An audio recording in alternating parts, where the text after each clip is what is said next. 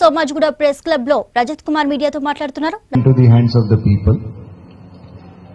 These innovations are being tried out. తెలంగాణలో మొదటిసారి తెలంగాణలో చాలా అంటే మొదటి ఎలక్షన్స్ ఉన్నాయి, మొదటి సీఈఓగా మేము కండక్ట్ చేస్తున్నాం, మొదటిసారి ఇన్నోవేషన్స్ ఉన్నాయి.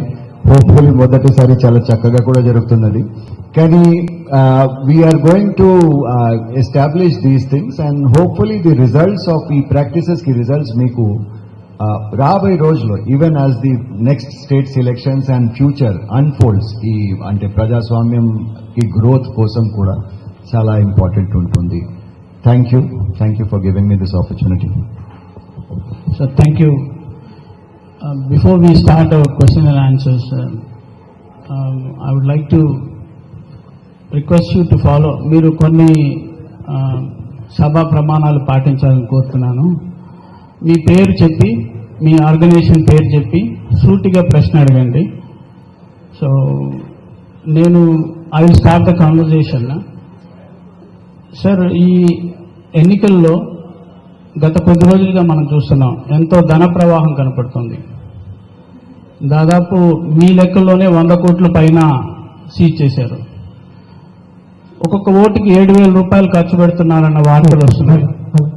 ఇంత ధన ప్రవాహం ఉంటే ఎలక్షన్ కమిషన్ మీరు కానీ ఎలక్షన్ కమిషన్ కానీ ఎలాంటి చర్యలు తీసుకుంటున్నారు?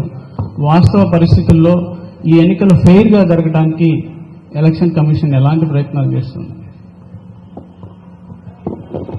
ఎన్నికల కమిషన్ ద్వారా ఇచ్చిన రూల్స్ గైడ్ లైన్స్ ప్రకారం ప్రతి అభ్యర్థికి అంటే 28 లక్షల ఒక సీలింగ్ ఉంది. దాంతోపాటు పార్టీ కూడా క్యాంపెయినింగ్ కోసం, ప్రమోషన్ కోసం ఖర్చు పెట్టవచ్చు. పార్టీ ఎక్స్పెండిచర్ మీద కంట్రోల్స్ అంటే సీలింగ్స్ లేవు. పార్టీ ఎక్స్పెండిచర్ కి ఓన్లీ అకౌంటింగ్ కావాలి. పార్టీస్ అయితే ఎంత ఖర్చు పెట్టారు, ఎక్కడి నుండి మీ ఇన్కమ్ మీట్ అయ్యారు, ఇవి అన్ని అంటే తర్వాత ఆడిటింగ్ లో చూస్తారు. కానీ లెక్క మీద అంటే ఏమీ స్క్రూటినీ సీలింగ్ లేదు. హ్యావింగ్ సెడ్ దట్, ఇక్కడే కాదు ప్రపంచంలో తర్వాత మన దేశంలో ప్రత్యేకంగా ఈ మనీ ప్రభావం పెరుగుతున్నది. It is definitely going up, there is no denying that. మన సీజర్స్ ఫిగర్ ద్వారా కూడా చూడండి, కంబైన్డ్ ఏపీకి 76 crores లాస్ట్ టైం అయితే ఇప్పుడు ఈ రోజుకి నిన్నటి వరకు ఒక 112 కోట్లు మాకు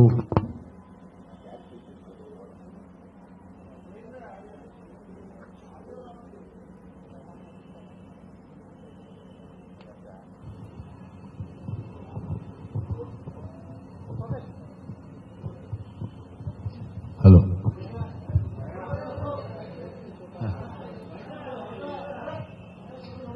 అయితే రూల్స్ చాలా క్లియర్ కట్ గా ఉన్నాయి. కానీ it is a general మ్యాలేజ్.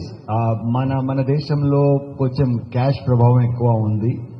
And it is a difficult by exceptions, by deterrent action, by punishing the offenders మేము we can control it a little bit.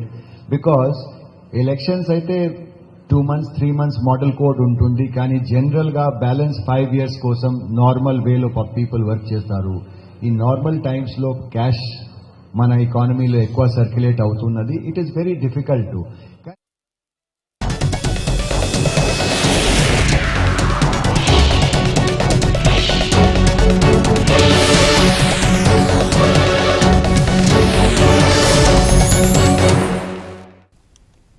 నమస్తే, welcome to mid day news. నేను Chandrika. Bulletin headlines చూద్దాం.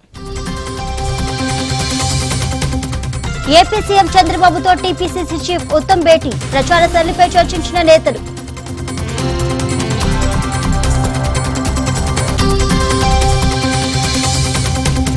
కాసేపట్లో తెలంగాణకు రాహుల్ గాంధీ, 4 చోట్ల భారీ ప్రచార సభలు.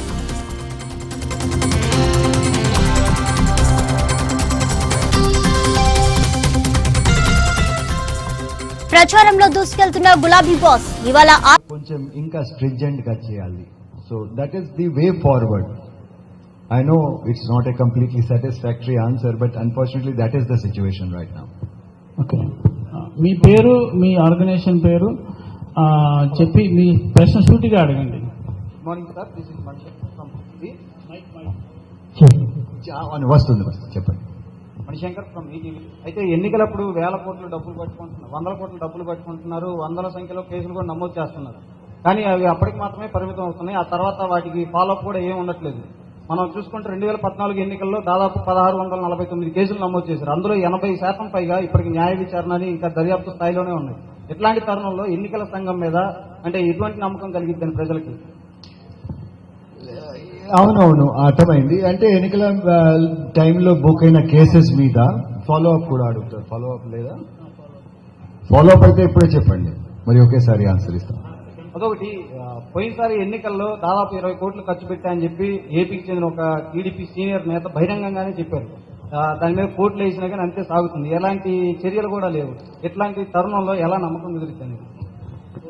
సరే, సో కేసెస్ గురించి చూడండి. అంటే ఈ పీరియడ్ లో క్యాంపెయినింగ్ జరుగుతుంది, అప్పుడు చాలా హీటెడ్ గా, అంటే ఇంటర్నల్ డిస్ప్యూట్స్, కొన్ని చిన్న చిన్న డిస్ప్యూట్స్ కి ఇన్ఫ్లేట్ చేసి కేసెస్ బుక్ చేయడానికి రిపోర్టింగ్ అవి అని. మేమైతే బై కంప్లైంట్ చర్య తీసుకుంటాం.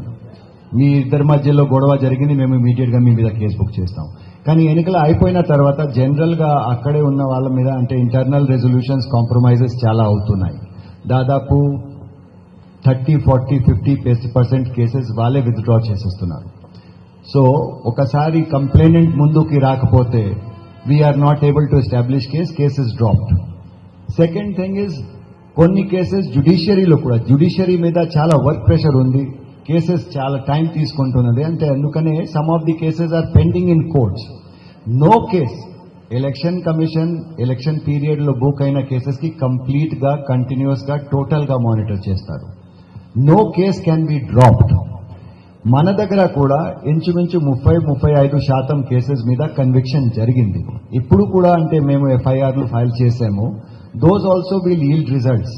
స్ట్రాంగ్ ప్రొవిజన్స్ కింద ఆర్పీ యాక్ట్ కి స్ట్రాంగ్ ప్రొవిజన్స్ ఉన్నాయి. అదేవిధంగా ఇప్పుడు అయితే డాక్యుమెంటరీ ఎవిడెన్స్ తో పంపిణీ గురించి మేము డాక్యుమెంట్ సబ్మిట్ చేస్తున్నాము. ఇంకొకటి, ఈ కేసెస్ మాత్రమే model code of conduct and conviction under IPC కోసమే కాదు. It can also be a matter for filing an election petition. Election petition అంటే ఏమిటి అంటే నేను ఒక నిమిషం చెప్తాను మీకు. ఎలక్షన్ అయిపోయిన తర్వాత, రిజల్ట్ డిక్లేర్ అయిన తర్వాత 45 days వరకు విండో ఉంటుంది. మీరు ఏదో గైడ్ లైన్స్ వైలేట్ చేస్తే, ప్రత్యేకంగా సమ్ ఇంపార్టెంట్ రిలీజియస్ బేసిస్ మీద ఓటు, కాస్ట్ బేసిస్ మీద ఓటు అడిగిన వాళ్ళకి, తర్వాత ఎక్స్పెండిచర్ లిమిట్ ఎక్సీడ్ అయిన వాళ్ళకి, ఇవి అన్ని కాజ్ ఫర్ ఎలక్షన్ పిటిషన్ లాగా ఉంటుంది. There are known instances where a winning candidate కి డిస్క్వాలిఫై చేశారు ఈ బేసిస్ మీద. సో ఇప్పుడే కాదు, మీకు రాబోయే రోజుల్లో ఎలక్షన్ పీరియడ్ అయిపోయిన తర్వాత కేసెస్ గురించి నేను చెప్పాను. కానీ ఈవెన్ ఆఫ్టర్వర్డ్స్ మీరు మొన్న అంటే హైకోర్ట్ ఆఫ్ కేరళ ఒక డిసిషన్ ఇచ్చారు నవంబర్ నెలలో.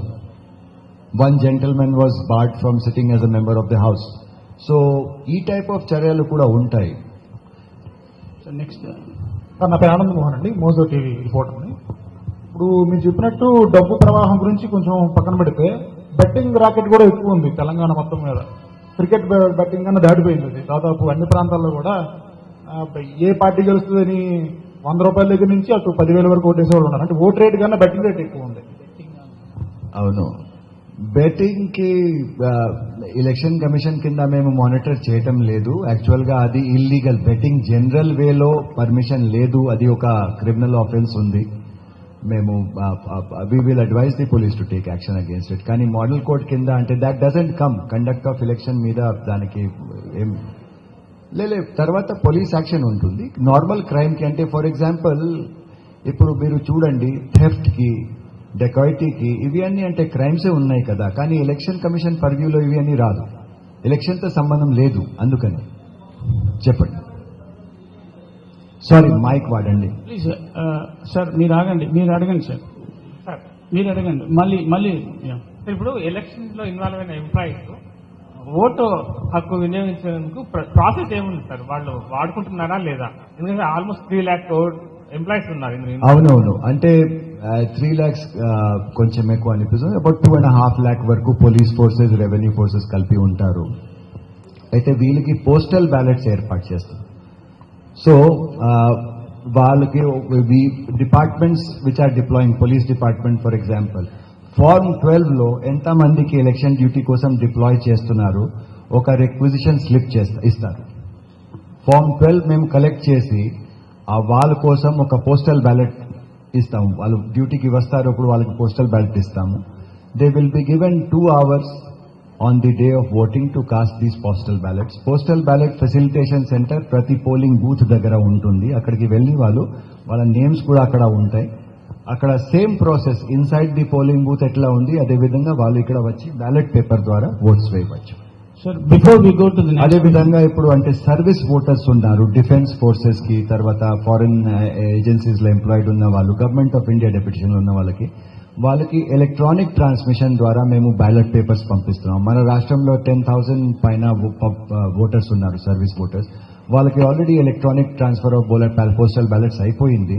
వాళ్ళు దాని మీద మార్క్ చేసి మళ్ళీ మెయిల్ ద్వారా తిరిగి పంపిస్తారు.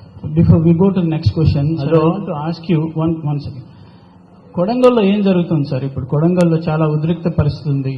కేసీఆర్ విజిట్ ఉంది రేపు. అసలు ఏం జరుగుతుంది కొడంగల్లో? మీకు వచ్చిన రిపోర్ట్స్ ఏంటి?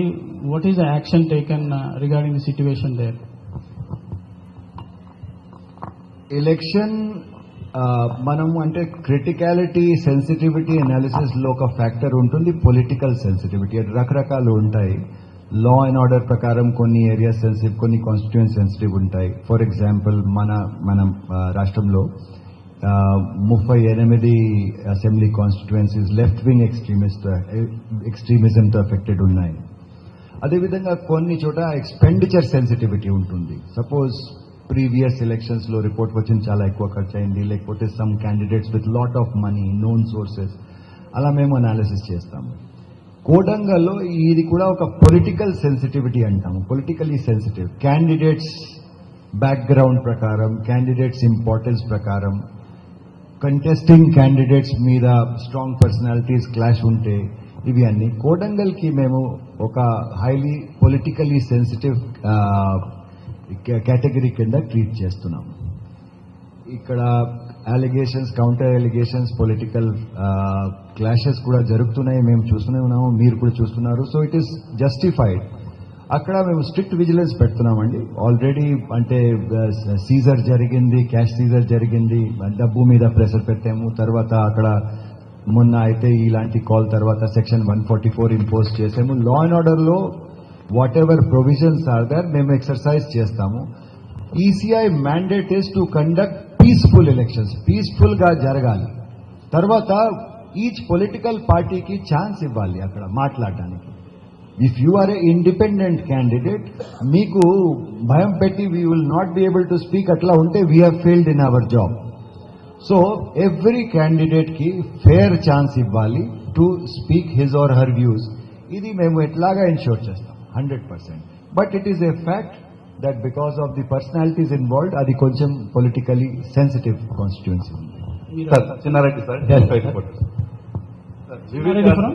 టీవీ5 వీవీప్యాట్ల వినియోగం ద్వారా ఓటర్లకు ఏమన్నా సెల్ ఫోన్ మీద రిస్ట్రిక్షన్స్ పెట్టే అవకాశం ఏమైనా కనిపిస్తుందా? వీవీప్యాట్ లో సింబల్ కనిపిస్తుందా? ఫోటో తీసుకుని వచ్చి అభ్యర్థులు లేదు, వీవీప్యాట్స్ వల్లనే కాదు. వీవీప్యాట్స్ ఇంకా అంటే ఒక ఫ్యాక్టర్, ఇంకొక ఇంపార్టెంట్ ఫ్యాక్టర్ గా వచ్చింది.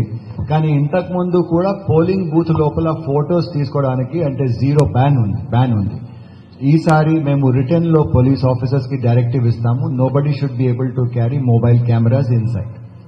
So complete secrecy of the voter maintain చేస్తాము. Respected Dr. Rajat Kumar, Honorable Chief Election Officer of Telangana, in your briefing, you have stressed and give importance the very two word and aspect about the transparency and accountability. Hello. Yes, I am in a press conference. Please ask.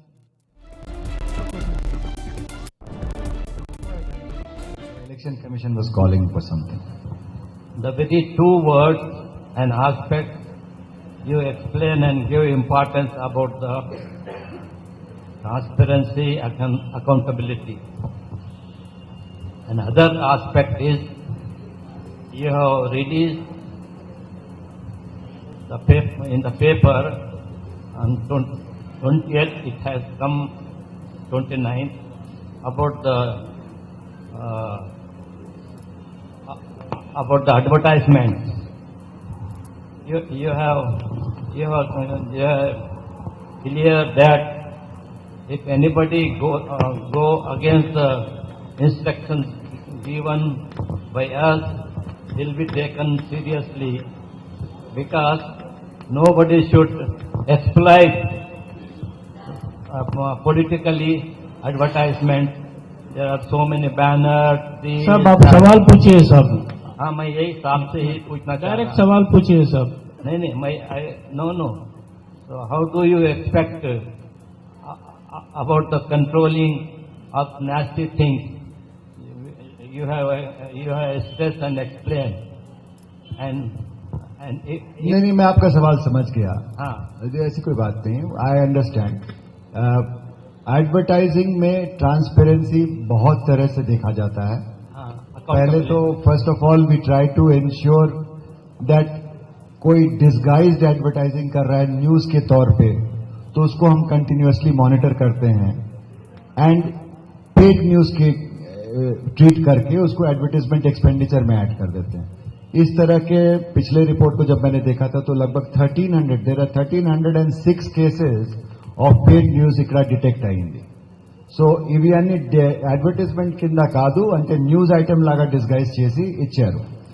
And we have identified or we have referred it to the district committees and the cost will be added to the candidate subject to their approval and challenge and discussion and all of course. తర్వాత one more